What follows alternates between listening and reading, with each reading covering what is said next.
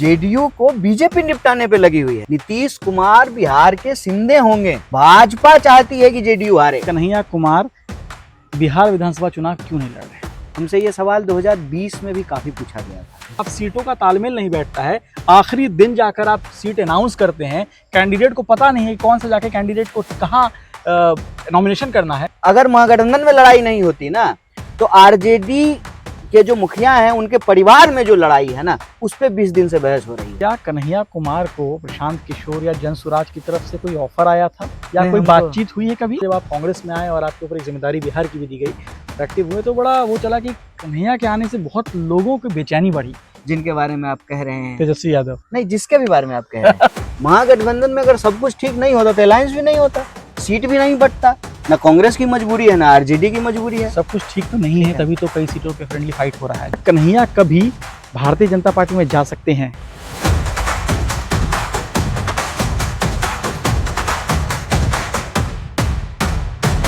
आदाब, मैं हूं शादाब। आप देख रहे हैं द क्विंट और चुनावी यात्रा हमारी पहुंची है बेगूसराय और कन्हैया हमारे साथ हैं, कन्हैया कुमार हमारे साथ हैं और हम इनके गांव आ गए हैं। हमने फ़ोन किया कन्हैया को, हम आपसे मिलना चाहते हैं, चलिए नाश्ता वाश्ता किया जाएगा साथ में।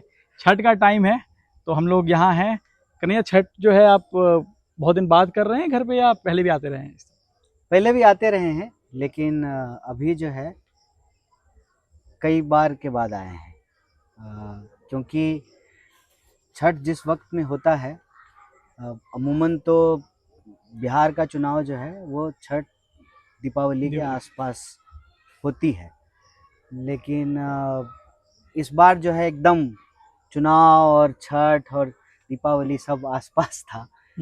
तो मतलब दोनों तरह का महापर्व है, सांस्कृतिक, धार्मिक भी और राजनीतिक भी, दोनों एक साथ हो रहा है। तो ये संयोग बना है कि छठ भी है, उसका भी पर्व है, और चुनाव है, उसका भी पर्व है। तो इसलिए कई बार के बाद इस बार छठ के गाँव में। हाँ, कई साल बाद मैं भी दिवाली पे बिहार में हूँ अपने घर पे। और अब आपने बोला कि सांस्कृतिक और राजनीतिक दोनों कार्यक्रम चल रहा है। सवाल एकदम स्ट्रेट फॉरवर्ड पूछते हैं कि कन्हैया कुमार बिहार विधानसभा चुनाव क्यों नहीं लड़ रहे? अब हम इसलिए चुनाव नहीं लड़ रहे हैं क्योंकि चुनाव लड़ने का फैसला व्यक्तिगत नहीं होता है। और अगर आप मेरी व्यक्तिगत राय भी जानना चाहते हैं, हालांकि राजनीति में इसका कोई खास महत्व नहीं है, तो मैं लोकसभा का ही चुनाव लड़ा हूँ पिछली 2 बार। मतलब एक बार तो यहीं से बेगूसराय से लड़ा था 19 में, तब मैं सीपीआई में था। 24 का चुनाव मैं दिल्ली से लड़ा जब मैं कांग्रेस में हूँ। तो दोनों बार लोकसभा का ही चुनाव लड़े, और दिल्ली और बिहार दोनों में दोनों के साथ एक बड़ा शानदार संयोग है कि लोकसभा चुनाव के बाद पहले दिल्ली का चुनाव होता है विधानसभा का, और फिर बिहार का चुनाव होता है। तो दोनों ही बार हम लोकसभा पहले लड़े, उसके बाद विधानसभा का चुनाव हुआ, और हम विधानसभा चुनाव नहीं लड़े। हमसे ये सवाल 2020 में भी काफ़ी पूछा गया था, क्योंकि हम 19 में लोकसभा का चुनाव लड़े थे कि आप विधानसभा का चुनाव क्यों नहीं लड़ रहे हैं। तो तब हम यही कहा करते थे कि एक तो चुनाव लड़ने का फैसला आपका व्यक्तिगत नहीं होता है, और दूसरा सब चुनाव हम ही लड़ेंगे तो ये भी उचित नहीं है। आपने आवेदन किया था चुनाव के लिए? मतलब लड़ना है, आपके एप्लीकेशन फिल करना होता है ना पहले? मैंने नहीं किया। स्क्रीनिंग के लिए नहीं किया था, लेकिन कई बार खबरें चली कि आप बछवाड़ा या कहीं से टिकट चाह रहे थे। नहीं, देखिए, हम कभी भी कहीं से टिकट नहीं चाहते हैं। ये बात हम सैद्धांतिक तौर पे भी स्वीकार करते हैं और व्यवहार में भी है। हम लोगों को ये बताने की कोशिश करते हैं, हालांकि लोग इस पे यकीन नहीं करते हैं। 2019 का चुनाव भी हम अपने मन से नहीं लड़े थे, 24 का चुनाव भी अपने मन से नहीं लड़े थे, और आगे भी जो है ना, हम अपने मन से चुनाव नहीं लड़ेंगे। हम इसको एक राजनीतिक जिम्मेवारी के तौर पे लेते हैं और लड़ते हैं। ऐसा नहीं कि अपनी पसंद की कोई सीट 2019 में तो आपने चाहा था ना कि आप बेगूसराय से चुनाव लड़े, जब आप लेफ्ट। नहीं, वो पार्टी का फैसला था। पार्टी ने निर्देशित किया कि आप जाइए और वहाँ पे काम कीजिए। तो अपनी पीएचडी 2018 में सबमिट करने के बाद हम बेगूसराय रहने लगे थे। यहीं रहते थे, घूमते थे। तो पार्टी तय करती है, और अभी तक यही है। मतलब चाहे पार्टी हमने मैं अब सीपीआई में नहीं हूँ, कांग्रेस में आ गया हूँ, लेकिन जीवन में सिद्धांत और व्यवहार दोनों तौर पे देखिए, अगर आप ना राजनीति को एक सामूहिक कर्म समझते हैं ना, तो हर काम इम्पोर्टेंट है। गाड़ी में जितना हॉर्न इम्पोर्टेंट है, उतना ही ब्रेक है, उतना ही क्लच है, उतना ही स्टीयरिंग है। ये ना इतनी व्यक्तिवादिता राजनीति में होने की दो वजह है। एक तो हाइपर इंडिविजुअल टाइम में हम रहते हैं, और दूसरा पॉलिटिक्स ना वेस्टेड इंटरेस्ट, पर्सनल इंटरेस्ट और कैरियरिज्म वो हो गया है। मेरे लिए था नहीं, अगर ऐसा होता तो हम कहीं किसी कॉलेज में पढ़ा रहे। मेरा कैरियर उधर था, हमको होना वो था। तो हालांकि मैं ये बोल भी सकता हूँ, मेरे लिए आसान भी है, लेकिन जो लोग राजनीति में दूसरे तरह से आते हैं उनके लिए शायद इतना आसान भी नहीं है बोलना, टिकट मिल जाना, चुनाव लड़ लेना। तो इसलिए मैं इस पे ज़्यादा नहीं बोलता हूँ। कुल मिलाकर के यही एक बात है कि राजनीति एक सामूहिक कर्म है, और व्यक्ति की उसमें जो भी भूमिका तय हो उसको करना चाहिए। एक चीज़ है कि आप जब बिहार में मतलब एक्टिव हुए, आप एक्टिव थे, आपने चुनाव लड़ा है यहाँ 2019 का, लेकिन उसके बाद जब आप कांग्रेस में आए और आपके ऊपर एक जिम्मेदारी बिहार की भी दी गई और एक्टिव हुए, तो बड़ा वो चला कि कन्हैया के आने से बहुत लोगों की बेचैनी बढ़ी। और वो बेचैनी उसको आप कैसे देखते हैं? क्या आपको लगता है कि आपके आने से एक बेचैनी है? देखिए, लोगों को एक दिखता है, आप उसको कैसे देखते हैं और हैंडल कैसे करते हैं चीज़ों को? देखिए, ये सहज स्वाभाविक है। आप इसको ये समझ लीजिए, किसी भी प्रोफेशन में चले जाइए, पॉलिटिक्स में या आर्ट में, मीडिया में। हम कहते हैं ना कि किसी मार्केट में चले जाइए, पहले से कोई एक जमी जमाई दुकान है, वहाँ अगर नई दुकान खुलने लगे तो वो असहज होगा। कोई एस्टेब्लिश्ड प्लेयर है, कोई नया न्यू कमर आए और सेंचुरी मार दे तो डिस्कम्फर्ट होगा। फिल्म में मान लीजिए कि कोई एक बहुत ही स्टार हैं, जमे हुए हैं, कोई नया लड़का आए, कोई नई लड़की आए और उसकी कोई कोई उसका सिनेमा चल जाए तो डिस्कम्फर्ट हो। ये बहुत सहज सरल स्वाभाविक है। इसको ना कई बार अननेसेसरी बहुत एग्जैजरेट किया जाता है। हम कह रहे हैं कि एक बार कुर्सी पलट के देखिए ना, मुझे वहाँ बिठा दीजिए, आप यहाँ बैठ जाइए, मैं वही सवाल करूँगा जो आप कर रहे हैं, और हो सकता है कि आप कमोबेश वही जवाब देंगे जो मैं दे रहा हूँ। तो ना व्यक्ति की अपनी एक सीमित भूमिका होती है। ये ना हमारा दौर ऐसा है कि ना हर चीज को किसी पर्सन, किसी चेहरे के साथ जोड़ करके उसको लार्जर देन लाइफ जो है ना बोलते हैं। ये क्या है, मिट्टी का पुतला है। सच तो यही है ना, सांस चल रही है, सांस निकल रही है, कब रुक जाएगी क्या पता है, ये सच है। तो ना हम इसको बहुत सहज सरल लेते हैं, और मुझे लगता है कि मेरी जगह पे वो होते, उनकी जगह पे हम होते, जिनके बारे में आप कह रहे हैं। तेजस्वी यादव। नहीं, जिसके भी बारे में आप कह रहे हैं, जिसके भी, हम कह रहे हैं कि आप मेरी पार्टी के भी किसी लीडर के बारे में बात कह सकते हैं, आप मेरे महागठबंधन के किसी घटक दल के बारे में भी कह सकते हैं, और आप भाजपा में भी किसी के बारे में कह सकते हैं। देखिए, मेरे साथ एबीपी आपके का आने से भाजपा के लोग असहज हुए, ऐसी चीजें मार्केट में भी नहीं दिखती है, माहौल में लोगों के बीच में भी नहीं दिखती है। आप मेरी यूनिवर्सिटी के लोगों से मिलिए, गठबंधन के लोगों में ही दिखती है। आप मेरी यूनिवर्सिटी के लोगों से मिलिए, तब कभी उनके साथ बैठ के चाय पीजिए, तो वो जानते हैं क्या कहेंगे, अरे यहाँ हमारे साथ ही तो चाय पीता था, बड़का नेता बन के घूम रहा है। होता है, सही बात है, हम उनके साथ चाय पीते थे, उनके साथ रहते थे। अब वो जो है कहीं किसी कॉलेज में पढ़ा रहे हैं, हम जो है राजनीति में अपना धक्के खा रहे हैं। तो ये बहुत सहज स्वाभाविक सरल मानवीय स्वभाव है, इसको ऐसे ही लेना चाहिए। आप धक्के खा रहे हैं या वो लोग 9 to 5 में धक्के खा रहे हैं और आप मजे कर रहे हैं? चलो, आपको गोल्डन स्पून मिला हुआ है, सीपीआई से टिकट, कांग्रेस से टिकट, वो धक्के खा रहे हैं बेचारे। मैं तो कहता हूँ कि जिसको अगर इतना अच्छा लग रहा है तो रोल बदल लेते हैं। वो आ जाए हमारी जगह पे और देखें कि जो है, देखिए एक कहावत है बिहार में, दूर का ढोल सुहावन होता है। बिल्कुल। हर किसी को ना अपना काम छोड़ करके दूसरे का काम बहुत आसान लगता है, हर किसी को। अब आते हैं बिहार चुनाव पे, ठीक है। कांग्रेस इस बार कम सीटों पे चुनाव लड़ रही है। बिहार चुनाव पे ही थे पहले सवाल से ही। नहीं, मतलब डायरेक्ट अब आते हैं कि बिहार चुनाव पे ये है कि कांग्रेस पिछले मुकाबले जो है, पिछले चुनाव के मुकाबले कम सीटों पे चुनाव लड़ रही है। क्यों? देखिए, अव्वल तो हम पहले दिन से ये बात बोल रहे हैं कि जब तक हम हमारा तुम तुम्हारा सोचते रहेंगे तो एज ए अलायंस जो है, जिसकी जितनी जिम्मेवारी है वो जिम्मेवारी ठीक से निर्वहन नहीं कर पाए। हम 243 सीट पे 2020 में भी चुनाव लड़े थे और 2025 में भी लड़ रहे हैं। कम से कम यह बात बार बार बोलने, समझने और मानने की जरूरत है। दूसरा, कांग्रेस को जहां पर एज ए कैंडिडेट लड़ने की जिम्मेवारी दी गई है, वो कम हम इसलिए लड़ रहे हैं कि नंबर से ज्यादा विनेबिलिटी इंपॉर्टेंट, कि हमको जितनी जिम्मेवारी दी गई है, मान लीजिए हम विकेट कीपर हैं तो हम कोशिश करेंगे हम कैच नहीं ड्रॉप करें, ओपनर हैं तो सही स्टार्ट दें।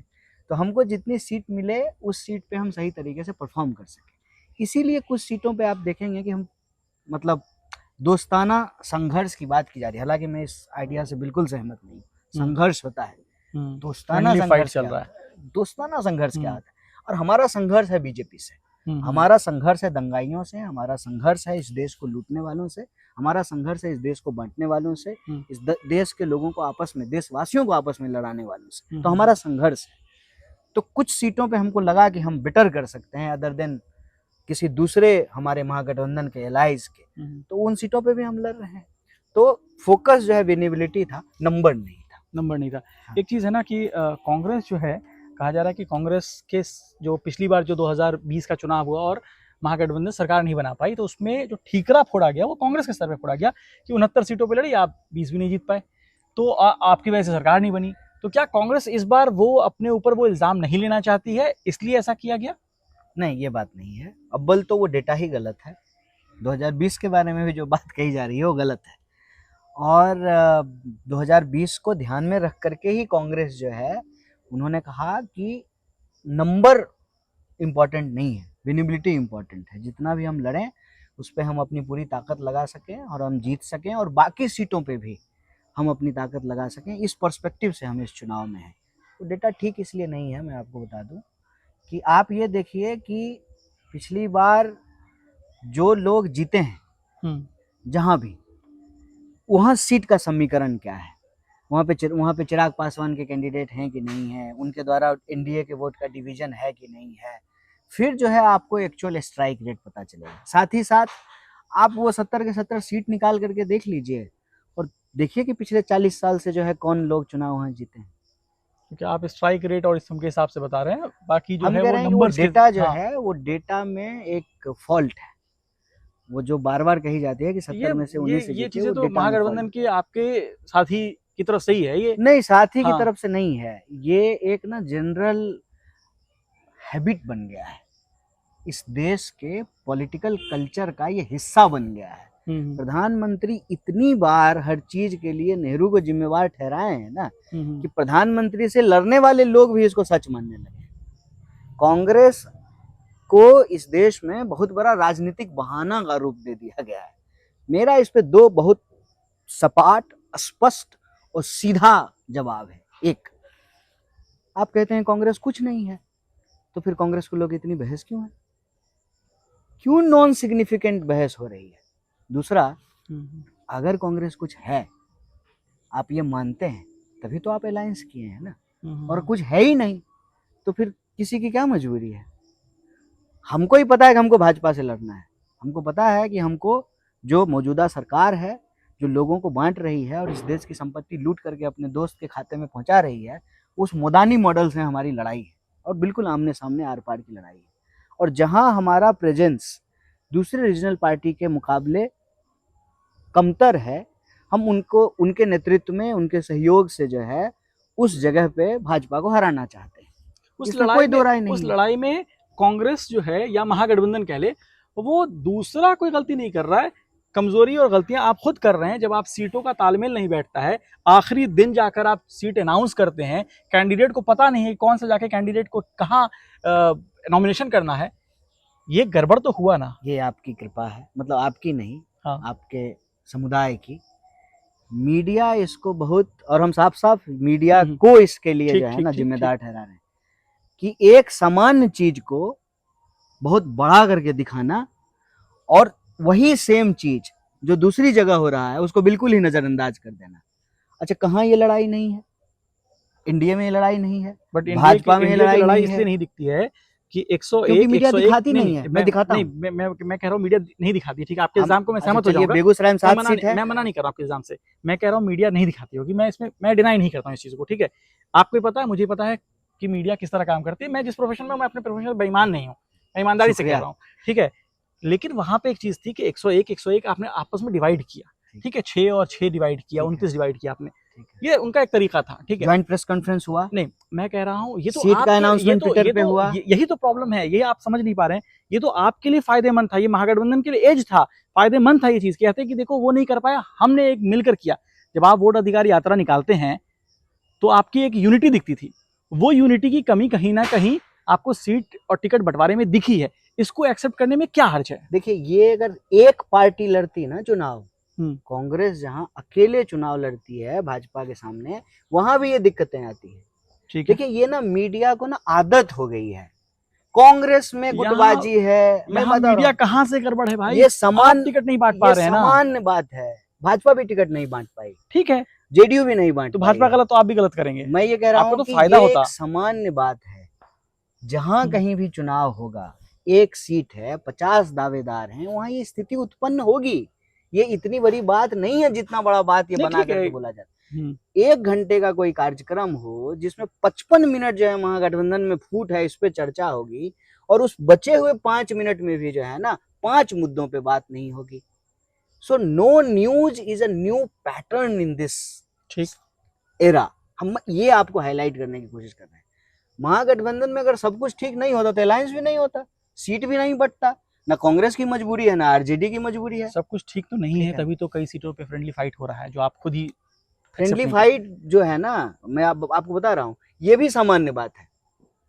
अब आपको हम बता दें, अगल बगल के हम 10 सीट पे आपको सेम चीज गिना देंगे एनडीए में। बिहार के पूरे चुनाव में जो एक साजिशन काम किया गया है ना, इसलिए मैं इसका प्रतिकार कर रहा हूँ। ठीक ठीक, कि ना महागठबंधन में लड़ाई है, इसको सेंट्रल नैरेटिव बना दिया। अरे भाई, राहुल गांधी मुख्यमंत्री हैं, तेजस्वी यादव मुख्यमंत्री हैं, आरजेडी की सरकार है या कांग्रेस की सरकार है या कृष्णा लवरू जो है मुख्यमंत्री हैं, क्या बहस दिन भर हो रहा है बिना बात का? मैं तो कह रहा हूँ उधर भी प्रॉब्लम है, तभी तो जीतन राम मांझी नाराज होकर कह रहे थे। तो कह रहा हूँ कि तभी तो आपको उपेंद्र कुशवाहा नाराजगी जाहिर कर रहे थे। मैं कहाँ मना कर रहा हूँ।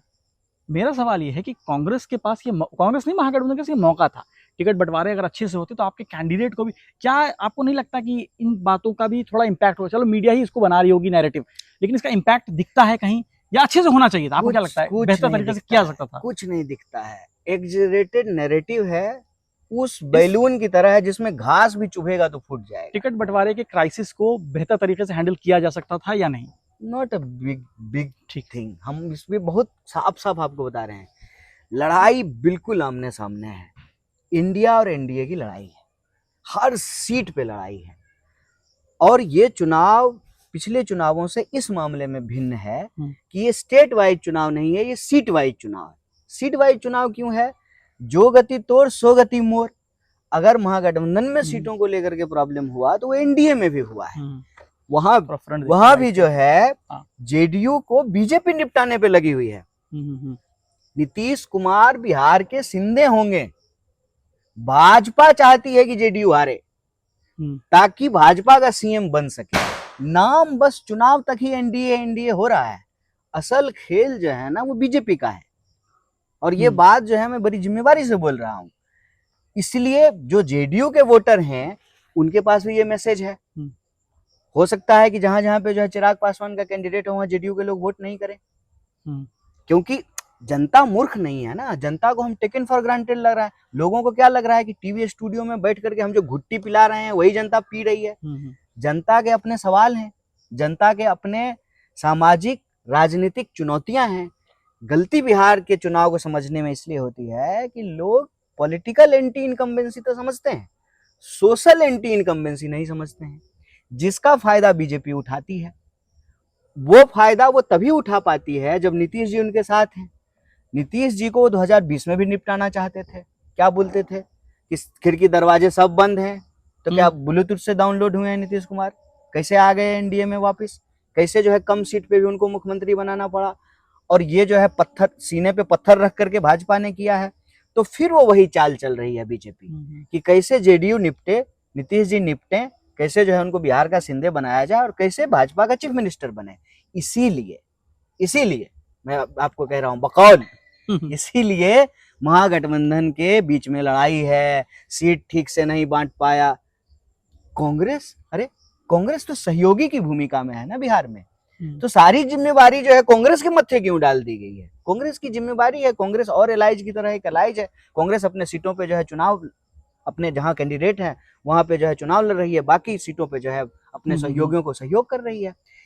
आप 20 दिन से जो है ना बिहार की चुनावी चर्चा का केंद्र बिंदु देखिए क्या है। और हर किसी के दिमाग में ये बात बैठ गया है कि महागठबंधन आपस में बड़ी लड़ाई है। अरे भैया, उत्तर प्रदेश में तो नहीं लड़ाई थी और दूसरी जगह नहीं लड़ाई थी, ये भाजपा का पैटर्न है।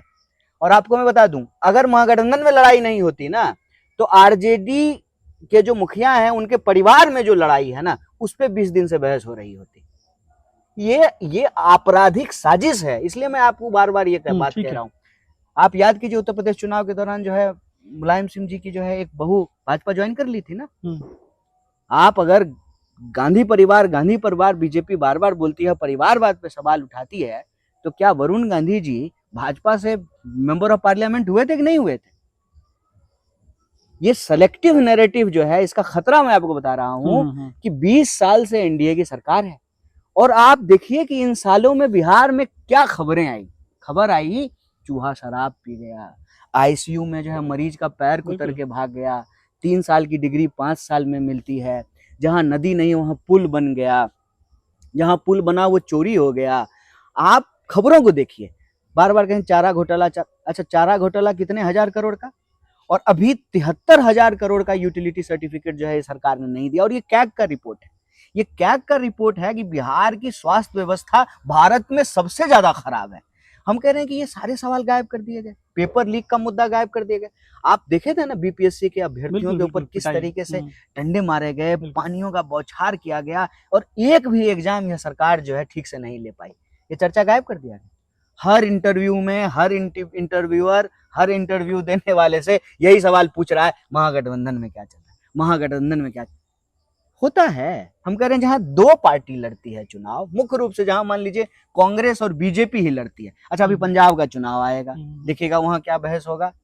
पंजाब कांग्रेस में 5 गुट हैं, यही चुनाव के 50 दिन में चलेगा। आप याद कीजिए, अभी हरियाणा का चुनाव हुआ था, तो जो है पूरे टाइम हुड्डा जी शैलजा जी, हुड्डा जी शैलजा जी। अच्छा, अब वो बहस गायब हो गई।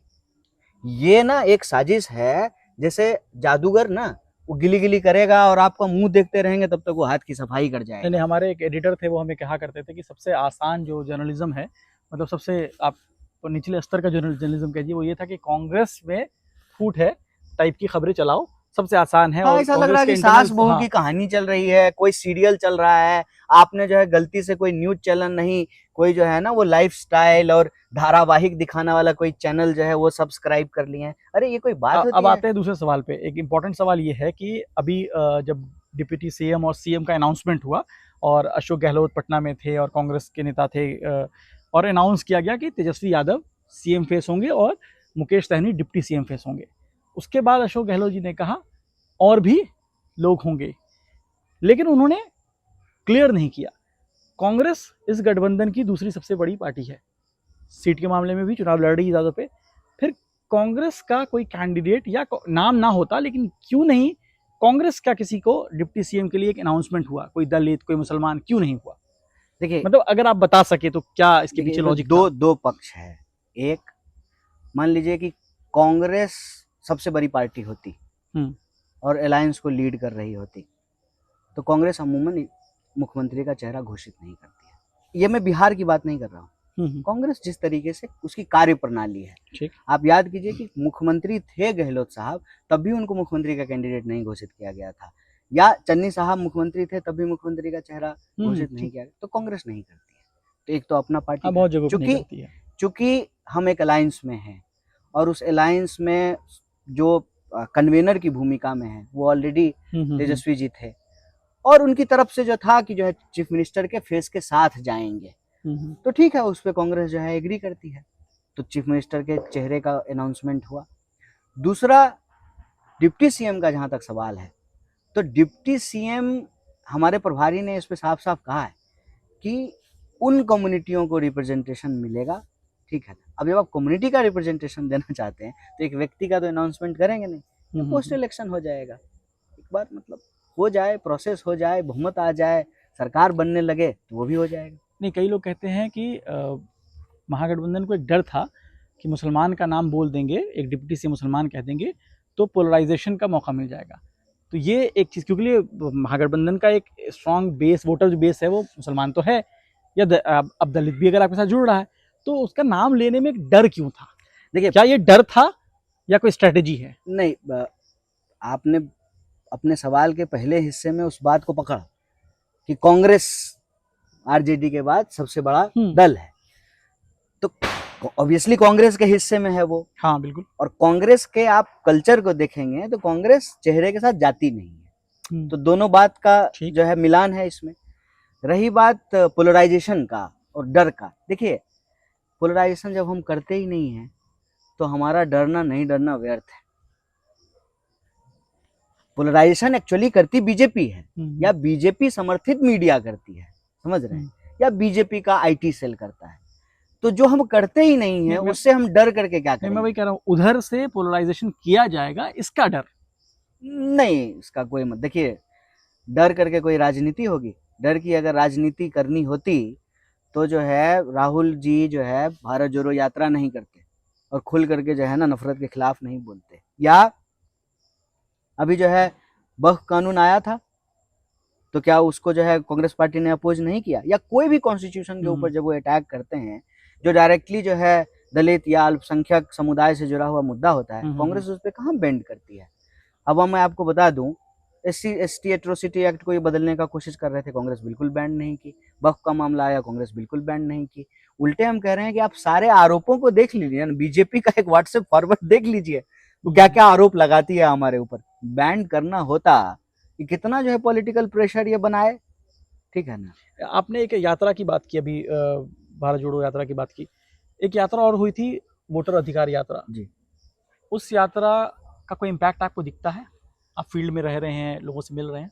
देखिए, नैरेटिव तो लोगों के बीच में गया है, क्योंकि वो यात्रा बिहार स्पेसिफिक नहीं थी। क्योंकि SIR बिहार में हो रहा था इसलिए वो यात्रा बिहार में हुई, और ये स्पष्टता हमारे दिमाग में थी पहले दिन से। इसका मतलब यात्रा दूसरे शहरों में भी, दूसरे स्टेट में भी अब होगी? बिल्कुल होनी पड़ेगी। अगर ये बिहार का SIR जिस तरह से किए हैं, अगर ये उसी तरह से SIR करेंगे, जेन्युइन वोटर का नाम काटेंगे, फिर जो है उसमें अपनी ही कही हुई बात से पलटेंगे, उसको काटेंगे, तो इसका मतलब कहीं ना कहीं चुनाव आयोग का जो बेसिक काम है उस बेसिक काम से आयोग दूर जा रहा है। चुनाव आयोग का बेसिक काम यह है कि कोई भी जेन्युइन इंसान वोट देने के अधिकार से वंचित ना रहे। तो इंक्लूसिव है चुनाव आयोग, या चुनाव आयोग को इंक्लूसिव होना चाहिए। हिंदुस्तान के इतिहास में पहली बार ऐसे हुआ है कि चुनाव आयोग जो है वो एक्सक्लूजनरी पॉलिसी को जो है इंप्लीमेंट कर रही है। जोड़ना काम नहीं है, काटना लग रहा है जैसे उनका उद्देश्य है। सिंपल सवाल है कि अगर आप 65 लाख लोगों का नाम काटेंगे तो जोड़े कितने लोगों का? इसी सवाल का जवाब जो है सुप्रीम कोर्ट में चुनाव आयोग नहीं दे पाई। तो अगर इसी पद्धति से काम करेगी, एक पार्टी विशेष का प्रकोष्ठ के रूप में काम करेगी, सेल के रूप में काम करेगी, तो स्वाभाविक रूप से यात्रा करनी पड़ेगी। तो वोटर अधिकार यात्रा उसके जो सवाल हैं वो पैन इंडिया सवाल है।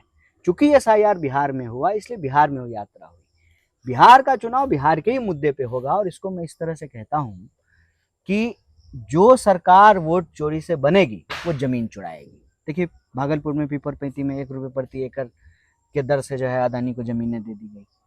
जो सरकार वोट चोरी से बनेगी वो पेपर चोरी कराएगी, नौकरी चुराएगी, वो जो है जो संसाधन है राज्य के उसका चोरी करेगी। तो वोट चोरी का संबंध लोकतंत्र से जुड़ा हुआ है, और लोकतंत्र का संबंध हमारे अधिकारों से। इसलिए ये कहना कि वोट चोरी का बिहार के चुनाव से संबंध नहीं, संबंध है, लेकिन वोट अधिकार यात्रा सिर्फ बिहार चुनाव के लिए नहीं, बल्कि उसका सवाल, वोट चोरी का सवाल पैन इंडिया सवाल है। अब एक सवाल ये है कि एक नाम है, पॉलिटिकल स्ट्रेटेजिस्ट थे, नेता बने हैं, प्रशांत किशोर जी, उनके बारे में कन्हैया क्या सोचते हैं? अच्छा है, अच्छा ही सोचते हैं। अगर वो बिहार में कुछ अच्छा करना चाहते हैं तो उनके बारे में क्यों बुरा सोचना है? कोशिश करें वो, और लोकतंत्र में हर किसी का अधिकार है। कोई एक क्रिकेट तो है नहीं कि कोच जो है वो प्लेयर नहीं हो सकता है। अव्वल तो मुझे लगता है कि फॉर्मर प्लेयर ही कोच होते हैं। तो वो स्ट्रेटजिस्ट हैं, चुनाव लड़ाते रहे हैं, चुनाव लड़ रहे हैं, उनकी पार्टी चुनाव लड़ रही है, तो अच्छी बात है, लड़ें। बिहार की जनता अपने विवेक से फैसला करेगी उनको क्या करना चाहिए, उनके लिए क्या रास्ता होगा, ये जो है बिहार के लोग अपने परिणाम में बताएंगे उनको। क्या कन्हैया कुमार को प्रशांत किशोर या जनसुराज की तरफ से कोई ऑफर आया था, या कोई बातचीत हुई है कभी? हमको कोई ऑफर नहीं देता। आप प्रशांत से मिले हैं कभी? हाँ मिले हैं, पहले मिले हैं जब वो पार्टी नहीं बनाए हुए थे। पार्टी बनने के बाद कभी नहीं मिले? पार्टी बनने के बाद कभी नहीं। खबर तो ये चल रही थी, मतलब कई लोग अंदर कहते हैं कि प्रशांत की टीम में या जनसुराज में कन्हैया को लाया जा सकता है, इसलिए मैं सवाल पूछ रहा हूँ, क्या कभी किसी ने कोई अप्रोच किया आपको? नहीं, कोई अप्रोच नहीं हुआ? हमको कोई अप्रोच नहीं करता है। हम इतना स्पष्टवादी हैं ना कि हमको कोई अप्रोच नहीं करता है। मतलब जब हम जेल नहीं गए थे तब जो है कभी कभी जो है बहुत डिफरेंट पॉलिटिकल पार्टी के लोग खाने वाने पे बुला लेते थे, अप्रोच करते थे। जब से जेल से आ गए हैं ना उसके बाद से कोई अप्रोच नहीं किया। कोई अप्रोच नहीं करता फिर? तो कांग्रेस ने तो अप्रोच किया था आपको? नहीं, कांग्रेस ने भी अप्रोच नहीं किया। आपने किया था कांग्रेस को अप्रोच?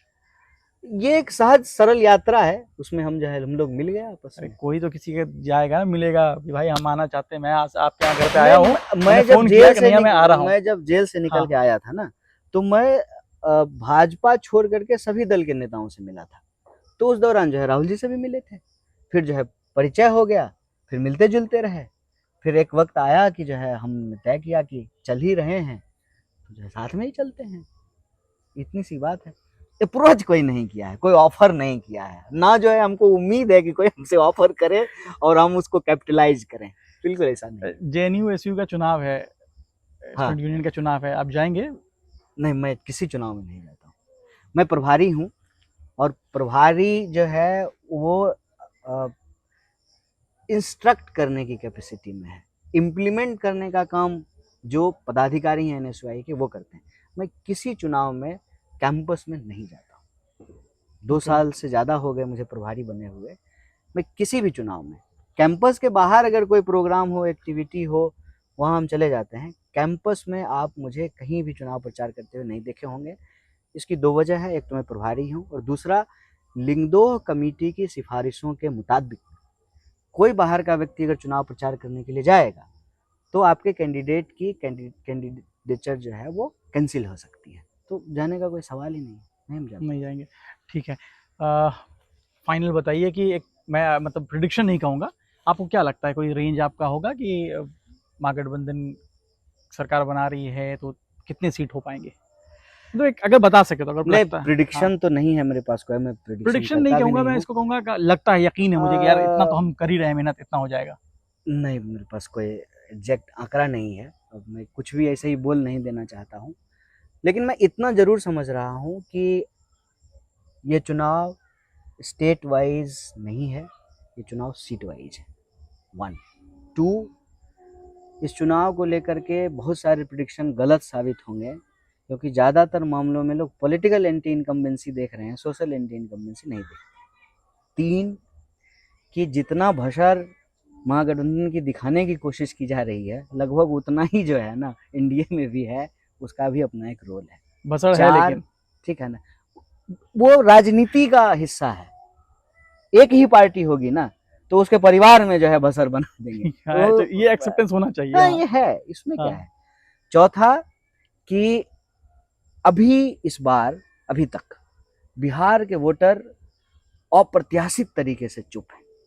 अमूमन ये बिहारियों का स्वभाव नहीं है। हमसे एक सवाल पूछिएगा हम 10 बात बोलेंगे, हमसे रास्ता पूछिएगा, ठीक है ना, हमको बस चलेगा तो आपको हाथ पकड़ करके उस जगह पे पहुंचा देंगे। ये बिहारी संस्कृति है। लेकिन मैं इस बार महसूस कर रहा हूँ कि वोटर वोकल नहीं। ये 4 मेरे अनुमान है। अब 2 सवाल करते हैं, दोनों एकदम अलग है पूरे इस सिचुएशन से। 2 सवाल मुझे कई लोगों ने, कई बार मिला हूँ मैं लोगों से, लोग कहते हैं, एक तो पहला सवाल कि क्या, क्योंकि कन्हैया पहले सीपीआई में थे फिर कांग्रेस में आए, तो क्या कन्हैया कभी भारतीय जनता पार्टी में जा सकते हैं? नहीं, भारतीय जनता पार्टी में जाना होता तो अभी ही चले जाते। ये तो जो है बड़ा अच्छा स्वर्णिम काल है। हमको भारतीय जनता पार्टी में नहीं जाना है ना, हम इसीलिए कांग्रेस में है। हमको भारतीय जनता पार्टी को हराना है, हम इसीलिए कांग्रेस में है। हमको अदानी से लड़ना है, हम इसीलिए राहुल गांधी के साथ हैं। हमको गोडसे को हराना है, इसीलिए हम गांधी की पार्टी में है। लक्ष्य हमको पता है, और एक बड़ा महान आदमी ये बात बोला है, लेफ्ट से उस आदमी का संबंध है, ठीक है। वो बोला है कि choose your enemy carefully, friends will follow. दोस्तों की चिंता नहीं है, लड़ना किससे है मुझे पता है। क्या नहीं करना है वो अपने जीवन में आप तय कर लेते हैं ना, फिर बाकी तो समय करता है। भाजपा में नहीं जाना है ये तय है, बाकी चीजें जो है ना जीवन यात्रा है। और दूसरा सवाल है कि कन्हैया कुमार शादी कब कर रहे हैं और कब हम लोगों को दावत पे बुला रहे हैं? शादी तो देखिए अपने हाथ में नहीं होता है ना, शादी तो जो है वो अपने हाथ में होता तो फिर तो कोई बात ही नहीं है। जब कभी भी हो जाएगी तो आपको जरूर बुलाएंगे। वैसे जो जीवन की हालत है वैसे दावत पे आ जाइएगा, शादी की दावत की उम्मीद मुझे कम ही लग रही है। क्यों? मतलब अपने हाथ में नहीं है ना, ये तो घर वालों के हाथ में है। जोड़ियां जो है ऊपर वाले बनाते हैं। नहीं, घर वालों को क्यों बीच में घसीटना है बिना मतलब का। उनके पसंद से जो है, हमने ग्रेजुएशन में सब्जेक्ट नहीं लिया तो उनके पसंद से शादी करेंगे, ऐसी तो बात है नहीं। मतलब ये तो क्लियर हो गया कि शादी जो है वो कन्हैया अपनी पसंद से करेंगे। मतलब अगर मोहब्बत हो जाए तो बेहतर है। मोहब्बत होते रहती है, होता रहता है। हाँ, Continuous process। मोहब्बत की कोई कमी नहीं है मुझे। मेरे जीवन की ऊर्जा प्रेम है, ठीक है ना। हम अगर भाजपा से लड़ते हैं उसका सीधा वजह है कि मुझे अपने देश के लोगों से प्रेम है। अगर वो जेएनयू को खत्म करने की, बंद करने की कोशिश नहीं करते तो शायद मेरी इनसे इतनी लड़ाई ठनती भी नहीं। और वो ठनी क्यों? मुझे लगा कि कल को कोई और आंगनबाड़ी का बच्चा जो है ना पीएचडी नहीं कर पाएगा, क्योंकि इनकी नज़र अल्टीमेटली जो है वो 1000 एकड़ जमीन जो साउथ दिल्ली में है, एयरपोर्ट और मॉल के पास, अल्टीमेटली जो है ये उसको अपने दोस्तों को हैंडओवर कर देना चाहते हैं। तो हमारी हर लड़ाई का जो ऊर्जा है वो प्रेम है। मुझे किसी से प्रेम ही है तो किसी से संघर्ष है, ये आपस में जुड़ा। मतलब प्रेम की बात करो तो भी कन्हैया पॉलिटिक्स ले आते हैं, जहां प्रेम की बात करो वहां बीजेपी फिर भी आ जाती है। अरे बाबा, आपकी शादी की बात हो रही है, लव मैरिज ही करेंगे तो ये चांस के माना जाए? लगता है कि शादी में पॉलिटिक्स नहीं है? शादी में पॉलिटिक्स नहीं होता तो आप मुझे बताइए कि जोधा और अकबर की शादी हुई होती? शादी तो बहुत पॉलिटिकल और सोशल चीज है, उसमें कैसे पॉलिटिक्स नहीं तो होगी? उसमें तो कन्हैया को हाथ आजमाना चाहिए। मेरा ये कहना है कि जो चीज आप कर सकते हैं वो कीजिए, बाकी चीज जो होने वाली है ना उसको समय पे छोड़ दीजिए। शादी होने वाली चीज है, मैंने उसको समय पे छोड़ दिया। चलिए, हम उम्मीद करते हैं कि कन्हैया शादी में बुलाएंगे और हाँ, भूलेंगे नहीं, जरूर है ना? होगी तो जरूर, होगी तो जरूर और होगी जरूर। ये नहीं पता है, वो भी बता देते। चलिए, ये नहीं पता है। और तो बाकी खबरों के लिए आप देखते रहिए द क्विंट और क्विंट हिंदी। फिलहाल बिहार से शादाब के साथ कैमरामैन राजा की।